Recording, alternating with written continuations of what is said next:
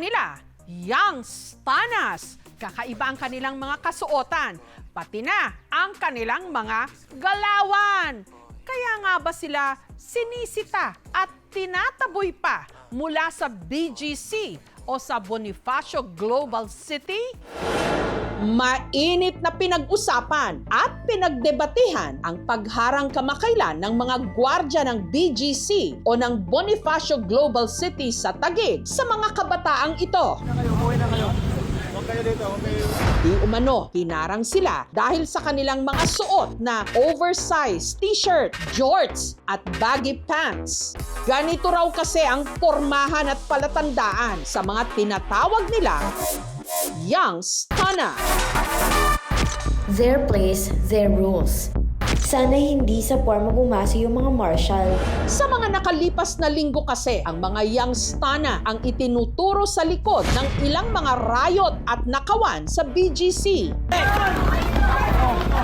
Kaya tuloy may nagbansag dito na Bonifacio Gangster City. Pagpapanatili ba ito ng seguridad sa isang public space pero isa ring private property o maituturing na diskriminasyon at pagpapakita ng elitism? Teka rin muna, Young Stana, ano yun?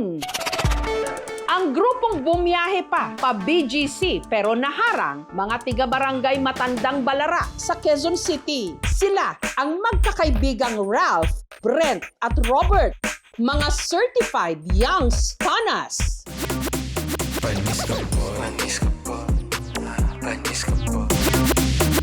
Sa mga tropa ko po nakuha. Parang nagandaan din po sa suot nila. Tinatry po namin kung babagay sa amin. Ang Young Stana, slang daw ng Young Stunner. Grupo raw sila ng mga kabataang maangas manamit, mahilig magpakitang gilas at hindi takot na maging iba.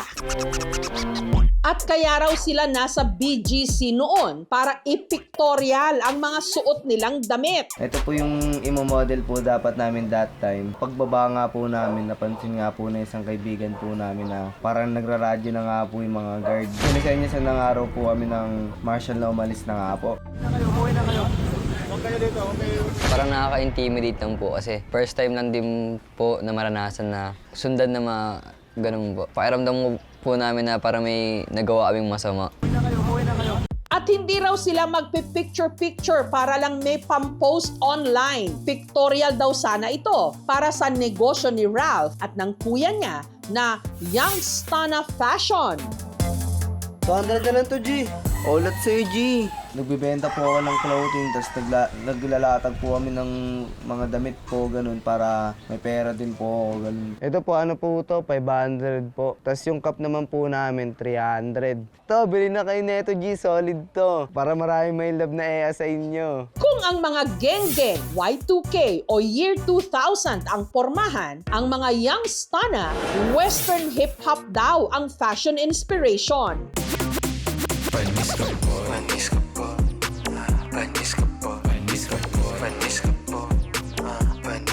Pag ganito po suot ko, confident ako lumabas-labas sa mga ano. At ang pirming ginagawang backdrop ng mga Young Stana sa kanilang pictorial, mga kalsada ng BGC. Magaganda po kasi dun yung spot po, tas marami din pong ilaw. Ang isa pang kapansin-pansin sa mga Young Stana, bukod sa kanilang fashion sense, ang kakaiba nilang tono at lengguwahe. Meron silang sariling bokabularyo kung saan ang mga salita binabaligtad. Focus ka lang lagi sa akin sa bit-bit ko lang lagi yung swag. Pag nagkakayaan po tumambay tapos parang ayaw po yung isa. Yun po yung sinasabi, naioyat eh. Yan tayo eh. Pinapaiksi Gusto ka naman, G. Buds lang, soktan-sokta lang. o hindi kaya binibigyan ng double meaning. Hindi yan tatagos, Eka. Marami nang sumubok pero hindi natupad ang mga plano. Hindi siya sumasabay sa paglipad ng eroplano. Ano raw? Tatagos ka ba? May gusto ka sa akin? Hindi ko naintindihan talaga yung mga ganun salita ngayon. Pas, wala akong idea. Yung bounce na ako, ang pagkaintindi ko parang na-touch, parang nag-bounce po. Nahihirapan man daw ang iba na maintindihan ang mga sinasabi nila. Hindi naman daw nila maunawaan kung bakit ganon-ganon na lang daw sila kung husgahan. Comment po na Yangstangas, Kuami, bawal na raw po sa BGC yun kasi pang social na lugar. Kaya po kami sinabihin na Yangstanga dahil lang po sa panunot, hindi nga po nila kami kilala para sabihin ng ganun eh. Bagamat iginigiit ng magkakaibigan na wala raw silang balak na manggulo sa BGC, batid din daw nila na may ilang pangkat ng mga Yangstanas sa ibang mga lugar na napapatrobol. Gaya na lang ng mga Yangstana na ito.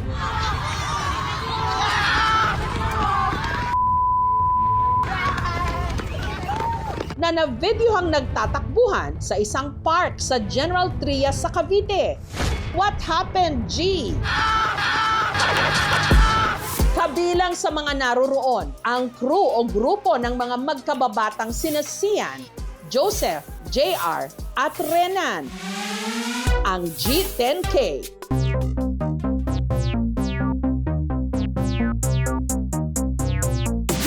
Mahigit 5 years na rin po kami nagsasamang magtatropa po. Ang meaning po ng G yun, parang katawagan lang po namin na WhatsApp G. Then yung 10 po, nagsimula po sa unang members po namin, is 10 lang po talaga. Tapos yung K po, sumisimbolo po sa ito sa pera. May bitaw ba kayo? Opo. Paano yun?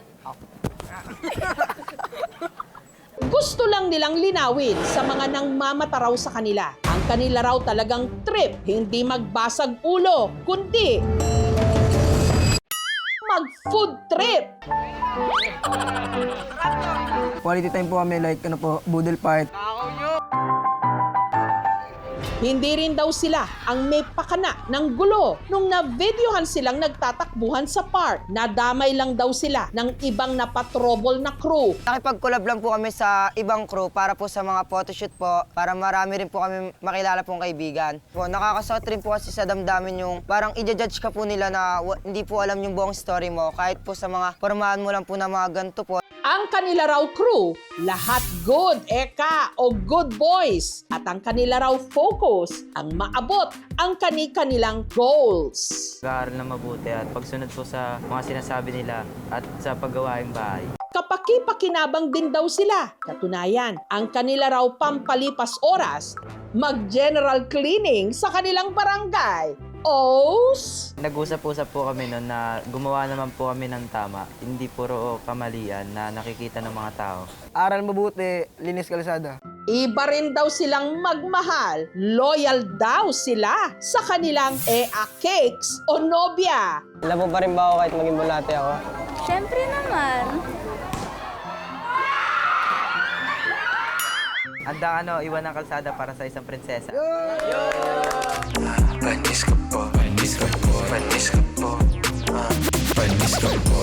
Pero paano nga ba umusbong ang Yangstana culture sa mga Pinoy Gen Z? Isa sa nagpasimuno raw nito ang tiga North Caloocan na si Carlo, also known as Low Drip Pin. Alam po yung dripin na yan kasi yung pinoporma ko po ng mga nakaraan, mga 2024, drip po talaga. Ang kanya raw mga bitawan, inspired ng kanyang mga iniidolong rapper. Sa mga New York rapper po, doon ko po natutunan yung ganung forma. Sabi ko parang gusto kong pausuhin to dito sa Pilipinas. Ang kanya raw claim to fame, ang husay niya sa pag-sturdy na isang nauusong dance craze.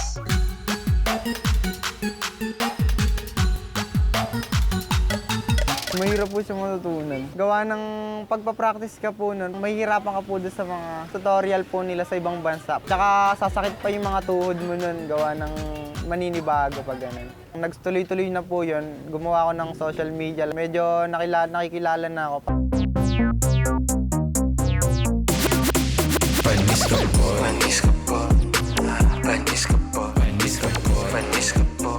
Hanggang sa ginaya na nga siya ng napakaraming kabataan. Masarap sa pakiramdam kasi na-impluwensyahan ko sila. Samantala, ang pagbabawal sa mga youngstana na pumasok at gumala sa BGC, naaayon din ba sa batas at patakaran o maituturing din ba itong diskriminasyon? Bilang isang pribadong lugar ay meron namang karapatan ang management kung sino ang papapasukin at hindi papapasukin. Ngunit kailangan maging resonable ito. Kung wala namang nagawang mga pagkakamali o kasalanan ng mga tao sa nakaraan, ay walang karapatan ang sino man para ipagbawal ito kahit na pribadong lugar ito. Kung mapapatunayan na ang mga ito ay talagang nanggugulong at kilala na sila ng mga marshals, ay maaari naman talaga silang ipagbawal. Sa ilalim ng Article 26, Paragraph 4 ng ating Civil Code ay ipinagbabawal na hamakin o libakin ang sinuman dahil lamang sa kanyang mababang katayuan sa buhay. Sinubukan naming hinga ng panayam ang pamunuan ng Bonifacio Global City tungkol sa insidente. Wala pa silang tugon sa oras ng ulat na ito. Merong certain assumptions when you're wearing clothes. Pero mga symbolic meaning mga brands na to that pertains to someone's background, power, and economic status. When it comes sa criticism or pag-i-stereotype or pag-i-stigmatize sa mga tao, we need to be more critical kung ano ba talaga yung effect ng ginagawa natin. Kung ipaparallel din natin to, noong September 21, marami ring mga kabataan na youngsters lumabas at nagprotesta. Pero pagkatapos ay tina-target sila. No, sila ang sinasabihang mga naging rason for the riots. May outrage na nararamdaman ang mga marginalized or poor communities. Huwag po kami judge sa gantong suot, tsaka ba't po kayo nandidiri? Ano lang naman po to. Pananamit lang din naman po namin to.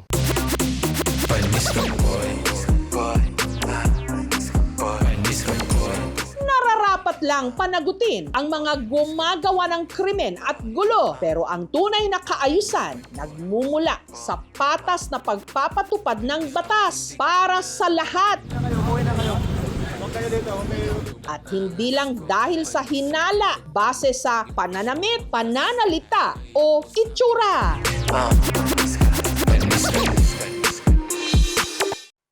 Thank you for watching mga kapuso. Kung nagustuhan niyo po ang videong ito, subscribe na sa GMA Public Affairs YouTube channel. And don't forget to hit the bell button for our latest updates.